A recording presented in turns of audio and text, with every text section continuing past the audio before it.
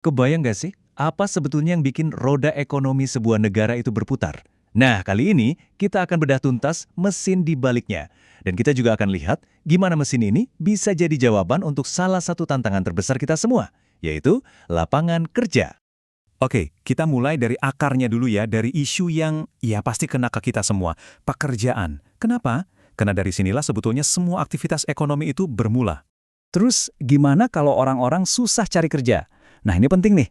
Masalah ini tuh bukan cuma soal satu orang aja. Efeknya itu kayak riak air loh. Menyebar luas dan akhirnya mempengaruhi seluruh perekonomian negara. Oke, ngomong-ngomong soal pengangguran, mungkin kita mikirnya sesimpel orang yang nggak punya kerjaan kan? Eits, ternyata definisinya lebih detail dari itu. Seseorang baru dianggap menganggur kalau mereka lagi aktif cari kerja, atau lagi nyiapin usaha baru, atau bahkan udah dapat kerjaan tapi memang belum mulai kerja. Jadi, nggak sesederhana itu. Dan dampaknya, wah ini serius banget, dan efeknya kayak domino. Coba deh bayangin, kalau banyak yang nggak punya pemasukan, otomatis kan daya beli masyarakat jadi turun drastis. Kalau udah gitu, pabrik-pabrik juga jadi mikir-mikir buat produksi banyak.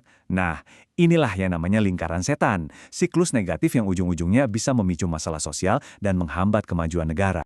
Biar kebayang segede apa masalahnya, nih ada data dari Badan Pusat Statistik. Angkanya mencapai 7,45 juta orang. Coba bayangin, itu bukan cuma angka di atas kertas loh. Di baliknya ada jutaan individu, jutaan keluarga yang hidupnya penuh tanda tanya dan ketidakpastian. Oke, kita udah lihat masalahnya, yaitu pengangguran. Pertanyaannya sekarang, apa solusinya? Mesin apa sih yang bisa kita nyalakan buat mengatasi ini? Nah, jawabannya ada di sini. Dan inilah dia sang mesin utama, badan usaha. Merekalah pahlawannya. Badan usaha inilah yang jadi motornya ekonomi, yang mengambil ide dan modal, lalu mengolahnya menjadi barang, jasa, dan ini yang paling penting, lapangan kerja buat kita semua. Sering banget nih orang ketukar antara badan usaha sama perusahaan. Kelihatannya sama, tapi beda. Dan penting banget buat dipahami. Gampangnya gini, badan usaha itu organisasinya, entitas hukumnya. Nah kalau perusahaan, itu tempatnya, pabriknya, kantornya. Jadi satu badan usaha bisa aja punya banyak perusahaan di mana-mana. Oke, mesinnya udah ada. Sekarang pertanyaannya, siapa yang menyetir mesin-mesin ekonomi ini? Karena ternyata siapa pemiliknya itu bakal menentukan banget arah dan cara kerjanya.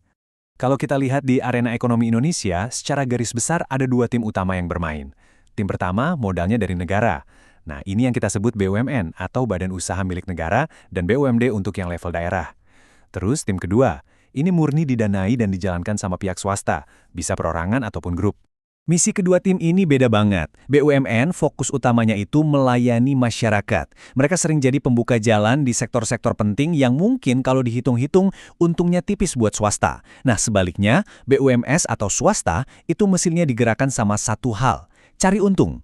Justru karena inilah mereka jadi super inovatif dan kompetitif. Oke, sekarang kita coba pindah posisi. Anggap kita ini calon pengusaha. Nah, di sektor swasta ini, ada beberapa kendaraan atau bentuk badan usaha yang bisa kita pilih. Jadi, Anda mau mulai bisnis? Siap? Oke, stop dulu. Salah satu keputusan paling awal dan paling krusial itu adalah memilih baju hukum atau bentuk usahanya.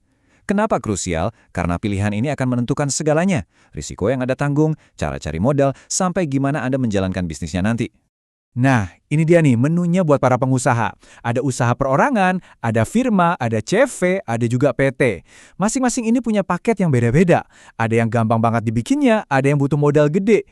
Intinya, ini soal pilihan strategis. Mau seberapa besar risiko yang siap Anda ambil demi potensi pertumbuhan di masa depan. Biasanya nih, pilihan paling awal itu antara dua ini.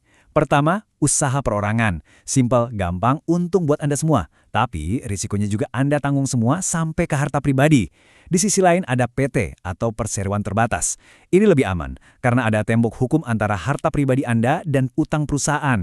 Tapi ya gitu, bikinnya lebih ribet. Kalau mau bisnis bareng teman, ada juga pilihannya. Ada yang namanya firma.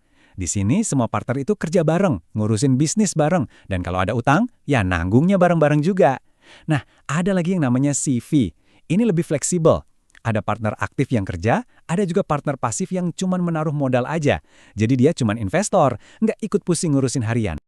Oke, tadi kan kita sudah lihat detail mesinnya satu persatu ya. Sekarang ayo kita zoom out lagi. Kita lihat gimana semua jenis usaha ini saat jalan bareng bisa membentuk sebuah pemandangan besar yang kita sebut perekonomian. Kuncinya apa? Ternyata keragaman.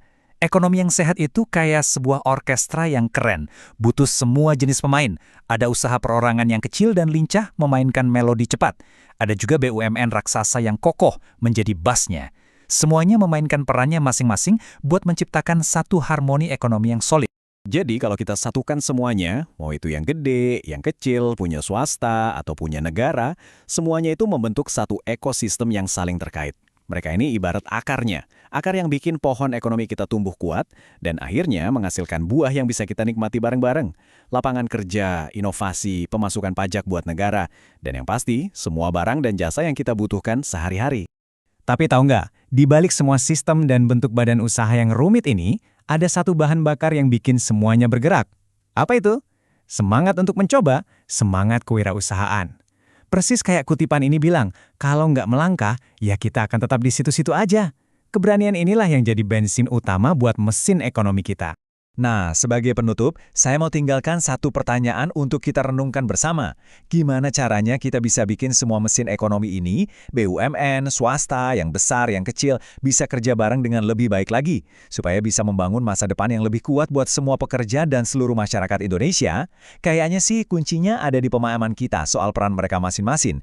Terima kasih sudah menyimak ulasan kali ini.